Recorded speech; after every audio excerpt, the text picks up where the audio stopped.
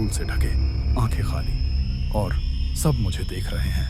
अब मुझे समझ आता है, जो यहाँ मरे वे गए नहीं, वे यहीं रह गए, हमेशा के लिए।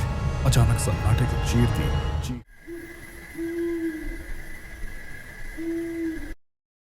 जगह है जिसका नाम लोग आज भी धीरे से लेते हैं, लंबी तहर माइंस।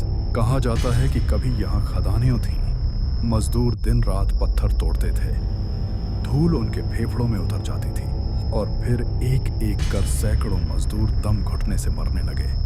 उनकी चीखें पहाड़ों में निगल लीं, और तब से यह जगह वीरान पड़ गई। लेकिन सच यह है कि यहाँ सिर्फ खामोशी नहीं बची, यहाँ कुछ और भी रह गया, कुछ ऐसा जो आज भी सांस लेता है। आज मैं उसी रास्ते पर हूँ जहाँ अंधेरा होते ही कोई नहीं आता। टूटी हुई इमारतें, आधी गिरी छतें, दीवारों पर काई, और हवा में घुला हुआ दर्द।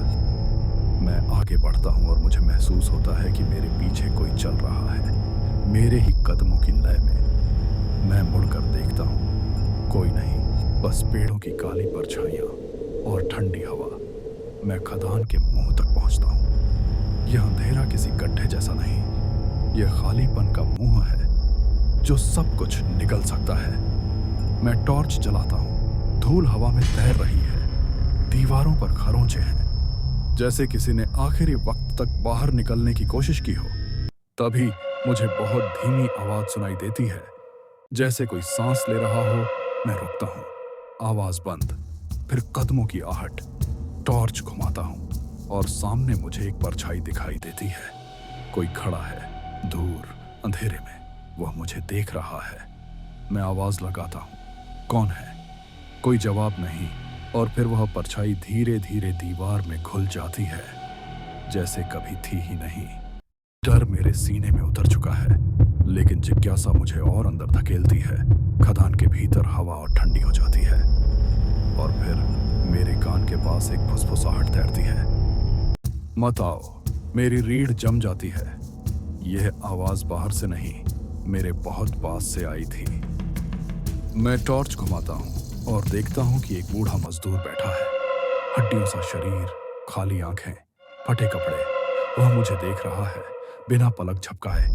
वह फिर कहता है, वापस जाओ। उसकी आवाज पत्थरों के बीच फंसी टूटी सांस जैसी लगती है। तभी उसके पीछे अंधेरे से और परछाइयां उभरती हैं, एक, दो, फिर दर्जनों। सबके चेहरे धूल से ढके, आंखें खाली, और सब मुझे देख रहे हैं। अब मुझे समझ आता है, जो यहाँ मरे वे गए नहीं, वे यहीं रह गए, हमेशा के लिए। अचानक सन्नाटे को चीर दी चीख गूंज उठती है। वह चीख आज भी अपनी आखिरी सांस में फंसी हुई है। मैं भागना चाहता हूँ, पर मेरे पैर जम जाते हैं, और फिर सब कुछ गायब हो जाता है, बस अंधेरा और धूल। मैं किसी तरह बाहर निकल आता हूँ, लेकिन आज भी जब रात होती है और हवा मसूरी की पहाड़ियों से गुजरती है, तो लगता है वह केवल हवा नहीं, बल्कि उन अधूरी सांसों की गूंज है, जो आज भी पूछती है, क्या हमारी चीख किसी ने सुनी?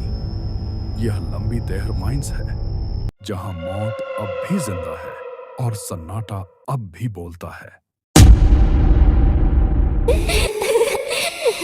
आपको ये कहानी पसंद आई हो तो लाइक शेयर एंड सब्सक्राइब कीजिए, और उसके साथ ही कमेंट कीजिए कि ये कहानी कैसे लगी, और अपने दोस्तों के साथ जरूर शेयर कीजिए। हम हर ट्यूसडे और फ्राइडे को रात के 9 बजे हॉरर स्टोरी अपलोड करते हैं, तो अगले वीडियो का इंतजार कीजिए, और इस वीडियो को हो सके उतना वायरल कीजिए। मिलते हैं अगले वीडियो में।